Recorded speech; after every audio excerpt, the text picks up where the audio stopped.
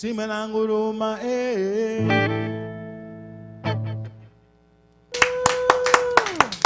Beautiful. It's Entertainment Live. Welcome. Friday night, downtown Toronto. Rick Cordeiro. Hey, how are you? How are you doing? Great. How was your trip in Charleston, Oh my goodness. South Carolina? It right? was so amazing, but I got to tell you, Rick, before we begin, that beautiful sound, those sounds that you just heard that absolutely take my breath away on a Friday night after a very long week is Adam Solomon, the one and only. Beautiful music. Let's give it up for him. Adam Solomon. And we got some of his CDs over here as well. I do. I've got a ton. Oh my gosh, I feel so lucky. We're going to give one of these away to one lucky viewer, listener. So hit me up, denisestar@gmail.com, and tell me what you love about this night in Toronto, what you love about this summer night. And this could be yours, okay? So I want to hear from you. Adam, welcome to the show. Thank you, Denise. Yeah, great to have you here. I'm honored to be here tonight. Such an honor to have you here. And I really mean that. I love these vibes. It completely, for anyone at home, takes your stress away. So, but Rick, you're here and it's Entertainment Live and here we are. That's and Charleston, over 100 degrees every day. Didn't go swimming in the Atlantic Ocean down there? No. Can you believe the water, like down by the water, you thought you'd cool down? Yeah. Absolutely hotter, Rick. Too hot? Really hot, Rick. That's weird, because I went a couple of years ago to visit relatives in Boston, Massachusetts, and the beach was packed, but no one was in the water. I said, how come nobody's in the water? So I jumped in there, and the second night I touched the water, I found out right away why nobody's in there. I thought my bones were going to crack. It was so cold, the water. Too cold for you, Rick? Yeah, and it's just like a couple miles out, they have icebergs floating around in the Atlantic Ocean. So you certainly don't want to be in those. Well, it is a hot night. It is really, really hot.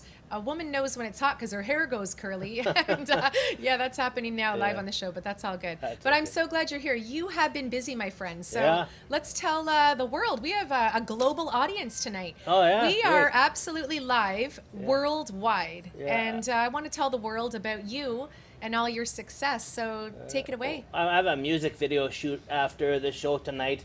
I'm playing a casino boss. A lot of these hip-hop artists and rappers like using me in their videos because I get cast a lot to play mobsters and gangsters, and I brand myself as Al Capone of Toronto. So it always gets me a lot of work on these hip-hop music videos. I love it. And okay, beyond that, look, come on, you're being very humble. You are doing web series, you're doing movies. I went for wardrobe fitting at a place called Thunder Thighs Costumes today. I'm playing a mailman on a film next week. And then another film next week, I'm playing a newspaper editor. It's called The Encounter. It explores the world of extraterrestrials and alien abductions. And that one's called The Encounter. And then Friday, I have rehearsals for another series I'm starting up called The Stepson. It's kind of like The Godfather meets Sopranos, but a Latino twist because my stepsons are of Colombian origin, and I'm going to teach them the Italian way. I am so proud of you, Rick, and that's exciting. So we got to keep. You're moving fast. Like you are a busy man. Yeah, I'm having fun. The main thing is find what you love doing in life, and find out and just do it. Do what you love. Do what you love. Do what you love, Rick. Yeah. And speaking of do what you love, oh my goodness, I love the show. Tonight we have some great guests. Amazing. We have one of my childhood heroes in the house. I can't believe he's here, man. The whole family of African Fashion Week. Yeah. Absolutely outstanding. We've got models, we've got music, we've got makeup artists, and just such great vibes here downtown Toronto. You're calling it the Miracle episode this week.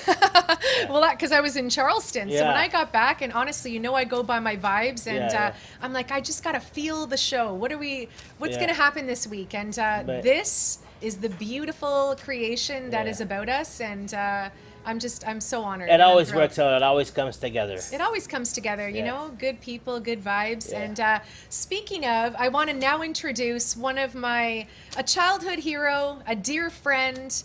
I think he's going to run on set. Yeah.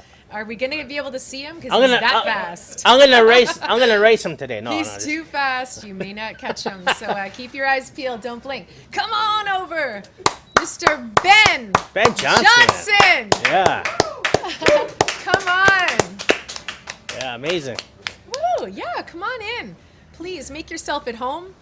This is like our comfortable living room, and so great to have you in the house. Thank you. Welcome to the show, Ben. I'm really honored. So please tell the world, we have a lot of great fans and viewers and people who are so inspired by you. And I want you to just take a moment to speak about whatever is on your mind or what you'd like them to know. Well, I could speak in, I'm doing a lot of things right now. Writing a book, it's finished, and Nice. we'll be published in Belgium in August 12th to the 16th. And then in November of the same year, we're doing a book fair also in Brussels. So Nice. a lot of people also know what the real truth is, and it's been a long time coming, and the time is right to do so. So. I absolutely love to hear that, and I'm just so honored to have you here. The time is right. And so in this book, you're telling your side of the story. Is that what it is? I'm telling my side of the story, how I was treated and why I treated this way, and the politics behind all the sponsors, and my aftermath, what happened in 1980 in Seoul. These are the reasons why, and Yes. so forth. But my life is moved on to a next section. I'm doing coaching now. I know. I'm so proud of that. So let's talk about that biospeed. Well, biospeed is something I invented, and I do a lot of coaching with mostly soccer players. One of my first guys also played in Serie A in Italy. He's leaving at the end of the month in Pescara, Italy, on the edge of the coast. So he'll be signing a contract there for the first 2 years, and if he do very, very well, then he can move on to bigger things in his life. So I'm very happy that he's doing very well, and I'm a part of that. And let's just say, because you're being very humble about it, and I just love you for that, that he would be the first Canadian. Is that correct? He'll be the first Canadian to play in the European Soccer League, That is fantastic. Serie A. Yeah. Really? Like, I am just so excited about that. Now, what are you training them? Like, what are you bringing to the table to help these people? Well, I'm big in speed, power, flexibility, mental mindset is very important. Confidence, and all those things that I know I really showed my wisdom and my knowledge to these youngsters. Yeah. Passing it on Yeah. to new generations. I think that is such an honor.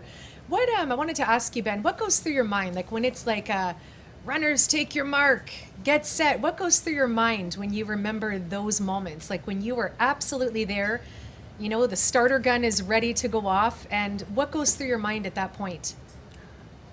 My just react to the noise, like to the gun, just react, and everything's automatically, and just run to the finish line. That's it. In your mind, are you saying, I am going to beat you all? Like I'm going to win?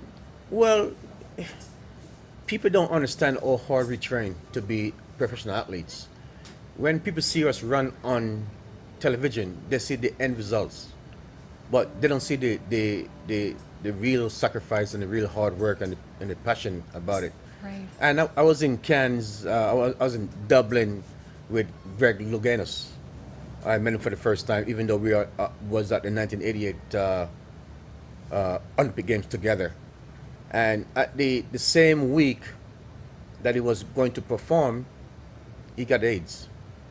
And he couldn't tell the world that, only his coach. And for him to, knowing that he have a few weeks to live, because back then Wow. they didn't have the right medication for that. And then for him to perform and then hit his head on the column going down, and have to focus and knowingly physically what he is adoring, and come back and win the gold medal. That is- That's tremendous. And we becomes good friends, and we go out for dinner, all of us, and he's a nice guy, and we all share our views and values about athletes, professional athletes, and it's been tough. And I understand where it's coming from, and to share my views and to the world, and it was great. So it was nice. Absolutely. And how did you feel? Like, I mean, you're sitting here today and you're doing so many great, wonderful, inspiring things. How did it feel like to go through those types of things, like to be going through something? How do you overcome, and how do you find that you know, got strong again? Well, mostly, people in my position or in different circumstances in their life, they go rise up, they fall and get up, and that's the greatest things about a lot of people who have the strength and the courage to come back up and say, "Well, I'm not going to be down in the gutter. I'm going to get back up and do what's dues and what is mine." So, I've been through the fire, I've been through hell and back, and I'm doing something positive in this world and help out the young generation, youngsters to reach the goal and potential. And to do that and to become like that, you take a real man and a real courage to do that, so to speak. Do you feel that you're stronger than ever? Like that alone, what you just said, that to me is a true champion. Like what you just said, that to me is a real champion. To go through the fire, to come out so strong, to be able to sit here with all these cameras live, with the whole world tuned in, and just, you know, and be able to face and rise up and now pass on your skills and your winning champion style to all these people that deserve, you know, that type of knowledge too and that experience. Yeah, because through my athletics career, I have no fear, and I can be intimidated in nowhere, rare form. And I share those values to my young athletes, and that when you go on the soccer field, you own that field, and your ear to take what is yours, and that's it. And do you see them really taking from that and trying so hard? Oh yes, I seen that in their mind and the performance that they really want it, and there's no second day. Time is now, because in this type of career is very, very short. Anything can happen. Right. So someone that's inspiring to head to the Olympics, what would you like to tell them? Like, people think, like you said, I love the point you made. It's not just about, on your marks, get set, go, and then, doing the race. There's so much preparation, mental set, physical dedication that separates someone that just does it for fun from a champion in the Olympics. Someone that's striving for that, what advice could you give them? Because you mentioned there's a lot of politics. I don't think, young rising athletes really realize what they're getting into. Is there any advice for them? I call it politics. For the youngsters, some of these youngsters, they just want to travel and say that they're running for a country or Canada or whatever. Yeah. And they don't see the real politics and getting the cheap flights to go 4 or 5 destinations before they reach to their final places where to go, because they want to save money so they can pocket all these changes, and at least have to suffer of traveling all entire day to reach the destination. This is not right. This is unbelievable what that people does. Mm-hmm. And they will bring their colleagues, their wife, their families, and these people not running or jumping, and the athletes have to suffer. You have more officials than athletes. Wow. And is it fair wins? Like how do you really see it when you say politics? Like it's just I teach these kids that these are the things that's going on. These are the things that you avoid. Yeah. Make your money, put it aside, invest it properly, because this is very short. And while you're in it, it's a lot of fun. You miss focus what you was here for, and if you don't understand what I'm talking about, you lose all that money that you will make, because managers and agencies just sitting down, they read all these books, get the knowledge, you sign a contract, you sign a dotted line 25% on your earning, it's gone. I will take care of all your problems for you. Don't worry about nothing, and you finish your career, you make like $100 million, and it's all gone. Wow. That simple, that easy. Well, I love your honest answers, and I just really appreciate everything you're saying and just you being here. I just wanted to ask you too, who are some of your favorite athletes? Like growing up, did you have someone that you really aspired to be like? My favorite athletes that inspired me much, there's 3 person in my life. Was Donald Quarry from Jamaica. He was the first one inspired me, and Muhammad Ali. And my mother, that gave me that driving force to give something back to my mother. Those are the three periods Aw. in my life that I want to be. Well, that is absolutely beautiful. Yeah. And I'm so honored, Ben. I'm just so happy to have you here. And thank you for coming. And where can people get your book? Because I would like to read it, and I know many others would too. Well, it's the first. It's going to be launched in Europe. So once the book fair comes out in November, we're going to have more companies and organizations carrying the book. So hopefully, I'll have some free copies. They will give me a few copies for close friends of mine, so I can give it up. But it's a good reel, Yeah. and the way I was treated and the way I was in my career, it's really, really sad. Oh, Ben, you know what? You are a hero and a winner and a champion to us. You're my first guest today, and you'll always be a first in our eyes. So don't you worry about that. And we will read the book and pass it around for you. Thank you. And you're a wonderful man. So be proud, and I know your mother would be very, very proud of you. So you just remember that. Okay. Thank you for coming, and Thank we're going to enjoy some more music Yeah, some because music. this is Yeah. global, and we're celebrating life, success, music, and entertainment here on Entertainment Live. Back to you, Adam Solomon. Adam Solomon. Nice. Adam Solomon. Beautiful vibes, beautiful sound. So Yeah. Ben Johnson will have to get that book. Yeah, I mean, he's ready to come out with some stories that he felt like he had to hold off until now.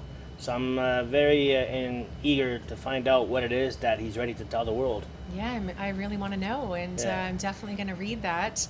Now I know you have to get to a gig. Yeah. So that's kind of cool. You have to run off Yeah, the I wish show. I could stay, but and luckily for me, they're just around the corner on Richmond and Bathurst where they're shooting this music video. So I gotta be a casino boss today on this video. I love it. I can't wait to So, see it. I would never stand in the way of your success, my friend. I want you to be so successful. Yeah. So get Thanks. out of here. Thanks, boss. Go get your gig. Back to you, Kate. Thanks, guys. Have a great one. Tell us all about it. Woo, yeah, Rick. He's a busy man. Oh my goodness.